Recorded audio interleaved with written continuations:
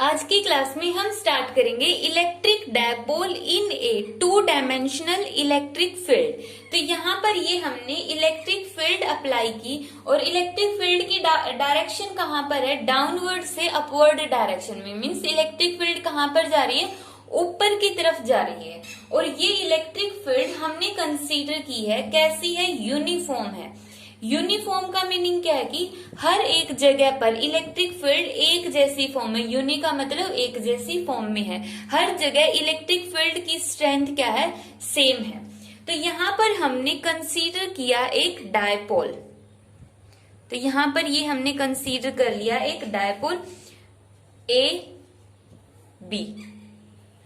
अब यहाँ पे हमने इसको ऐसे ही क्यों कंसीडर किया है, इसको हम ऐसे क्यों नहीं ले सकते, इसका आंसर हमें इसके स्पेशल केसेस में मिल जाएगा। डायपोल को हम किसी भी पोजीशन में रख सकते हैं।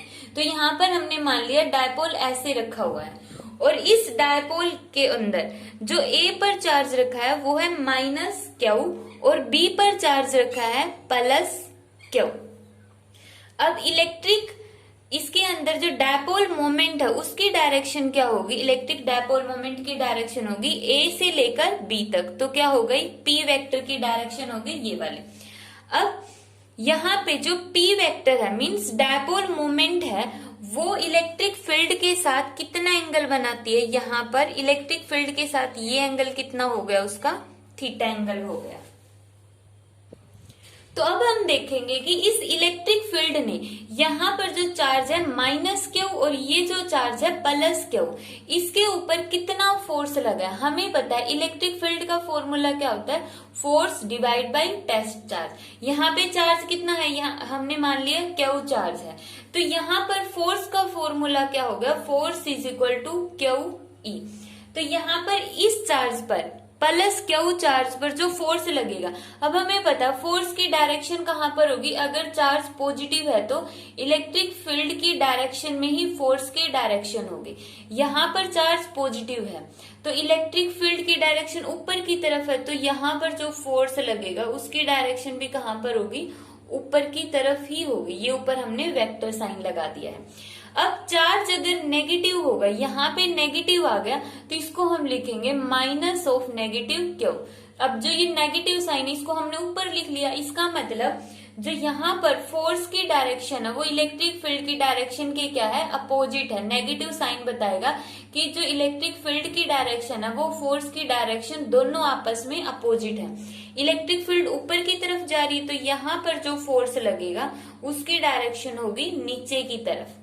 अब फोर्स की वैल्यू कितनी होगी, यहाँ पर फोर्स की वैल्यू होगी क्यू ई। यहाँ पर हो गया माइनस क्यू ई फोर्स और यहाँ पर कितना फोर्स हो गया, force is equal two plus Q E. तो यहाँ पर हमने लिख लिया इन दोनों फोर्सेस की वैल्यू। अब हम यहाँ पर देखेंगे नेट फोर्स ऑन डायपोल कितना हो गया, net force on dipole. Dipole पर नेट फोर्स कितना बनता है, यहाँ पर जितना फोर्स यहाँ पर है क्यू ई प्लस, और यहाँ पे तो ये फोर्स माइनस में है तो माइनस क्यू ई, दोनों कैंसिल होके कितना आ गया, 0। बट कैंसिल कब होंगे, जब इलेक्ट्रिक फील्ड यूनिफॉर्म होगी। और यहाँ पर हमने अगर मान लेते कि मान लिया शुरू में ही इलेक्ट्रिक फील्ड यूनिफॉर्म है, एक जैसी है, तो दोनों कैंसिल होके 0 आ गया। बट ये जो नेट फोर्स है ये तो पूरे डायपोल पर 0 आया है। और ये वैसे फोर्स तब 0 बोलेंगे जब वो एक पॉइंट पर, अगर एक ही पॉइंट पर दोनों फोर्स एक्ट कर रहे होते तो यहाँ पर डायरेक्शन अपोजिट होगी ना, तो इनका नेट फोर्स कितना आ जाता, 0। बट इस केस में जैसे मान लिया इस मार्कर को ही हमने क्या मान लिया, डायपोल मान लिया, ये इसका ए एंड है और ये इसका बी एंड है। अब ये जो ऐसे रखा हुआ है, एक तो फोर्स इसके ऊपर की तरफ लग रहा है, ऊपर की तरफ फोर्स लगने का मतलब क्या है कि यहाँ से जो इलेक्ट्रिक फील्ड इसको पकड़कर ऊपर खींच रही है, और नीचे फोर्स लग रहा है मींस डाउनवर्ड डायरेक्शन में लग रहा है, मींस इलेक्ट्रिक फील्ड इसके इस एंड को नीचे खींच रही है। तो यहाँ पे ये सिचुएशन नहीं हो जाएगी, ये तो इसको यहाँ से पकड़कर खींच रही है और ये इसको ऊपर, तो ये जो मार्कर ऐसे रखा हो वो ऐसे रोटेट कर जाएगा, क्योंकि जो ये मार्कर है, जो ये डायपोल है, इसको इलेक्ट्रिक फील्ड इसके इस एंड को नीचे खींचे और इस एंड को ऊपर, तो ऐसे ये मूव कर जाएगा, टर्न कर जाएगा। तो इलेक्ट्रिक फील्ड ने डायपोल को क्या कर दिया है, इलेक्ट्रिक फील्ड ने डायपोल को टर्न कर दिया है। और किसके थ्रू टर्न किया है, फोर्स के थ्रू। अब जो फोर्स होता है अगर किसी बॉडी को टर्न कर देता है तो वो फोर्स की बजाय हम उसका क्या नाम रख देते हैं, टॉर्क नाम रख देते हैं, टॉर्क। तो मींस इलेक्ट्रिक फील्ड यहाँ पे क्या लगा रही है, टॉर्क लगा रही है, किसके ऊपर, ऑन डायपोल के ऊपर। टॉर्क क्या होता है, turning effect of force, turning effect of force, जो किसी भी बॉडी को टर्न कर देता है, घुमा देता है, उस फोर्स को हम क्या बोलते हैं, टॉर्क बोलते हैं। तो इलेक्ट्रिक फील्ड इस डायपोल को रोटेट कर रही है, तो इसका मतलब ये क्या हो गया कि इलेक्ट्रिक फील्ड ने इसके ऊपर टॉर्क लगाया है। अब हम देखते हैं कि टॉर्क कितना होगा। अब पूरे डायपोल पर अगर नेट फोर्स देखेंगे तो 0 होगा, बट जो ये फोर्स लग रहा है वो डिफरेंट पॉइंट्स पर लग रहा है, इसलिए ये फोर्स 0 ना होकर क्या बना देता है, एक कपल बना देता है। ये क्या होगा, कपल ऑफ फोर्स। और ये कपल ऑफ फोर्स क्या करता है, किसी भी ऑब्जेक्ट को टर्न कर देता है। डायपोल को क्या कर देगा, ये फोर्स टर्न कर देगा, ये टॉर्क क्या करेगा, डायपोल को टर्न कर देगा। अब हम देखते हैं कि इस टॉर्क की वैल्यू कितनी होगी। तो हमने यहाँ पे टॉर्क लिख लिया, torque is equal to turning effect of force. अब टॉर्क किसका फॉर्मूला क्या आ गया, force multiply by arm of couple. अब ये आर्म ऑफ कपल क्या है, इसका मीनिंग है कि जो फोर्सेस है उनके बीच की परपेंडिकुलर डिस्टेंस, ये फोर्स हो गया और दूसरा फोर्स हो गया ये, तो इनके बीच की परपेंडिकुलर डिस्टेंस क्या होगी, ये आ गई इनके बीच की परपेंडिकुलर डिस्टेंस। मान लिया ये क्या है, सी है, तो इसको हमने क्या मानना है, आर्म ऑफ कपल। फोर्स की जगह हम कितना पुट करेंगे, फोर्स कितना है, क्यू ई है, यहाँ पे माइनस क्यू ई है, बट माइनस का मतलब तो सिर्फ डायरेक्शन अपोजिट दिखाता है, मैग्नीट्यूड तो कितना होगा, क्यू ई ही होगा। तो यहाँ पर हमने लिख दिया क्यू ई और यहाँ पर आर्म ऑफ कपल की जगह हमने रख दिया ए सी। अब हम ट्रायंगल का यूज करेंगे, ए बी सी ट्रायंगल का यूज। अब जब भी हम ट्रायंगल के अंदर से किसी साइड की वैल्यू कैलकुलेट करना चाहते हैं तो हम क्या करते हैं, अननोन जो हम निकालना चाहते हैं means divide by non. Unknown तो क्या है यहाँ पे एसी, एसी की वैल्यू हम निकालना चाहते हैं, और नॉन क्या है एबी, एबी कितना दिया हुआ 2a, डायपोल की लेंथ दी हुई है ना, तो नॉन क्या है ए बी। अब यहाँ पर एंगल देखो कौन सा है, क्या कहीं पर भी एंगल दिया हुआ है, नहीं, ये एंगल कितना है, थीटा है, तो ये भी कितना होगा, थीटा। क्यों, क्योंकि अल्टरनेट एंगल है। अगर ये एंगल थीटा है तो ये भी क्या होगा, थीटा, अल्टरनेट एंगल है। तो थीटा, थीटा के सामने की साइड क्या है, एसी, और थीटा के सामने की साइड हमेशा क्या होती है, परपेंडिकुलर, तो एसी को हमने रख दिया परपेंडिकुलर। और ए बी यहाँ पे ये परपेंडिकुलर डिस्टेंस बोली थी, आर्म ऑफ कपल हमने क्या कहा था, परपेंडिकुलर डिस्टेंस, तो मींस 90 डिग्री के सामने की साइड ए बी है और ए बी क्या है, हाइपोटेन्यूज। तो क्या बन गया यहाँ पे, साइन थीटा। साइन थीटा की वैल्यू आ गई P बाई एच। अब वैल्यू पुट करो, ए सी की तो वैल्यू हमें पता ही नहीं है, निकालनी है। ए बी की वैल्यू कितनी है, 2a, और निकालना क्या था हमें, ए सी। तो यहां से ए सी किसके इक्वल आ गया, 2a साइन थीटा। तो पुट करो E क्यू और 2a साइन थीटा। यहाँ पे डॉट प्रोडक्ट और ये क्रॉस प्रोडक्ट, यहाँ पे ये क्रॉस प्रोडक्ट है, बट यहाँ पर जो क्यू और ई है वो मल्टीप्लाई में, और क्रॉस प्रोडक्ट भी इसको आगे जाके इंक्लूड करेंगे, ये सिंपल मल्टीप्लीकेशन का साइन है। क्रॉस प्रोडक्ट इसमें हम थोड़ा सा आगे जाके इंक्लूड करते हैं। तो ये देखो, अब हमें बताए क्यू और 2a किसके इक्वल होता है, डायपोल मोमेंट होती है, और कितनी होती है, P होती है। P का फॉर्मूला हम पढ़ चुके हैं, किसके इक्वल होता है, P is equal to Q into 2a, और यहाँ पे आ गया साइन थीटा, ये आ गई टॉर्क की वैल्यू। अब वैसे तो ये सोल्व हो चुका है, हमें क्या निकालना था कि इलेक्ट्रिक डायपोल को जब हम इलेक्ट्रिक फील्ड के अंदर प्लेस करते हैं तो उस पर कितना फोर्स या कितना टॉर्क लगता है, ये हमने निकाल दिया।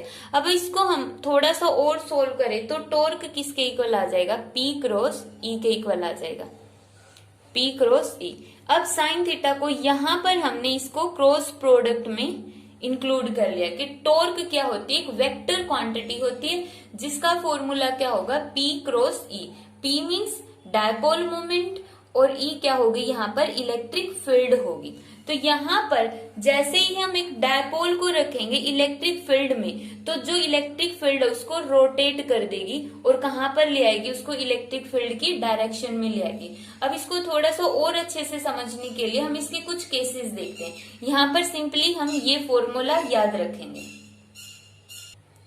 इसके स्पेशल केसेस में सबसे फर्स्ट केस है स्टेबल इक्विलिब्रियम का। स्टेबल इक्विलिब्रियम के अंदर अगर हम कंसीडर करते कि थीटा क्या है, 0 डिग्री। थीटा 0 डिग्री का मतलब इलेक्ट्रिक फील्ड इस तरह से है, इलेक्ट्रिक फील्ड ऊपर की तरफ जा रही है। थीटा होता किस किस के बीच में है, थीटा है P और E के बीच में। ये तो हो गया E। P कहाँ पर होगी, जो डायपोल हम इसके अंदर रखेंगे, जो ये डायपोल हमने कंसीडर किया, 2 चार्जेस वाला डायपोल। मान लिया यहाँ पर Q है और यहाँ पे क्या है, प्लस Q है। डायपोल मोमेंट की डायरेक्शन मीन्स P की डायरेक्शन कहाँ से कहाँ तक होगी, -Q से +Q तक। अब ये हो गई P की डायरेक्शन। इसने कितना एंगल बनाया है, इलेक्ट्रिक फील्ड के साथ थीटा एंगल बनाया। अगर इस थीटा को 0 कर दे, थीटा 0 करने का मतलब क्या होगा कि ये हो गई हमारे पास इलेक्ट्रिक फील्ड। और अब हमने जो डायपोल है उसको ऐसे रख दिया, -Q और +Q। -Q से +Q P की डायरेक्शन हो गई और ये है E की डायरेक्शन। अब इलेक्ट्रिक फील्ड और P दोनों आपस में क्या है, पैरेलल है। दोनों पैरेलल है तो एंगल कितना हो गया, थीटा। अब एंगल अगर थीटा 0 है, थीटा कितना हो गया, 0, तो टॉर्क कितना लगेगा, देखो PE साइन थीटा की जगह पुट करेंगे 0, साइन 0 0, तो टॉर्क की वैल्यू आ गई 0। मीन्स इलेक्ट्रिक फील्ड इसके ऊपर कोई टॉर्क नहीं लगाएगी। टॉर्क की वैल्यू कितनी होगी, 0 वैल्यू होगी। मीन्स जैसे ही हमने इस केस में ऐसे डायपोल को रख दिया, डायपोल को ऐसे रखते ही इलेक्ट्रिक फील्ड उसको बिल्कुल भी डिस्टर्ब नहीं करेगी। वो डायपोल एज इट इज यहाँ पर रखा रहेगा, इलेक्ट्रिक फील्ड का उस डायपोल पर कोई इफेक्ट नहीं पड़ेगा। तो ये तो हो गया स्टेबल है। स्टेबल मीन्स अब वो स्टेबल है, मूव नहीं कर रहा है, उसको हम बोलते हैं स्टेबल इक्विलिब्रियम। अब हम इसका सेकंड केस देखते हैं। सेकंड केस में हमने कंसीडर किया कि एंगल कितना है, 90 डिग्री है। 90 डिग्री का मतलब इलेक्ट्रिक फील्ड को हमने ये मान लिया, ये हो गई इलेक्ट्रिक फील्ड, और डायपोल को हमने इस तरह से कंसीडर कर लिया, ये हो गया डायपोल। -Q और +Q, डायपोल मोमेंट की डायरेक्शन होगी -Q से +Q। तो इलेक्ट्रिक फील्ड के साथ इसने कितना एंगल बनाया है, 90 डिग्री का बनाया है। तो इस केस में कितना होगा, torque is equal to PE sine theta की वैल्यू होगी 90 डिग्री, साइन 90 हो गया 1, टॉर्क की वैल्यू कितनी आ गई, PE। मीन्स इस टाइम पे उस पर मैक्सिमम टॉर्क लगेगा। सबसे ज्यादा टॉर्क कब लगता है, जब वो डायपोल 90 डिग्री के एंगल पर होगा। इस केस में जो इलेक्ट्रिक फील्ड होगी उसको PE टॉर्क से रोटेट करके वापिस से अपनी डायरेक्शन में लाएगी, ताकि एंगल कितना हो जाए, उस केस में एंगल 0 डिग्री हो जाए। तो जब एंगल 90 डिग्री होगा तो टॉर्क उस पर मैक्सिमम लगेगा, और कितना लगेगा, PE लगेगा। थर्ड केस है इसका unstable equilibrium. Unstable equilibrium means जब एंगल कितना होगा, 180 डिग्री का होगा। 180 डिग्री का मतलब क्या होगा, ये हमने ले ली इलेक्ट्रिक फील्ड। इलेक्ट्रिक फील्ड की डायरेक्शन होती है +Q चार्ज से -Q चार्ज तक। तो इलेक्ट्रिक फील्ड की डायरेक्शन हो गई ये वाले। अब यहाँ पर डायपोल हमने बीच में रख लिया, मान लिया ये हो गया हमारे पास डायपोल, और डायपोल की डायरेक्शन मीन्स P की डायरेक्शन इस तरह से लेनी है, क्योंकि इलेक्ट्रिक फील्ड ऊपर जा रही है, एंगल कितना होना चाहिए, 180 डिग्री। तो डायपोल मोमेंट की डायरेक्शन होनी चाहिए P नीचे की तरफ। तो यहाँ पर हमने ले लिया -Q और यहाँ पर ले लिया हमने +Q। तो अब खुद सोचो कि इसके ऊपर कितना फोर्स लगेगा, क्या इलेक्ट्रिक फील्ड इसको इस पोजीशन में रहने देगी कभी भी। तो यहाँ पर पॉजिटिव चार्ज डायपोल का मीन्स ये डायपोल है, यहाँ पर अगर पॉजिटिव चार्ज है इसके ऊपर, तो इलेक्ट्रिक फील्ड का भी नीचे जो चार्ज है वो कितना है, पॉजिटिव, और ऊपर चार्ज कितना है, सारा नेगेटिव।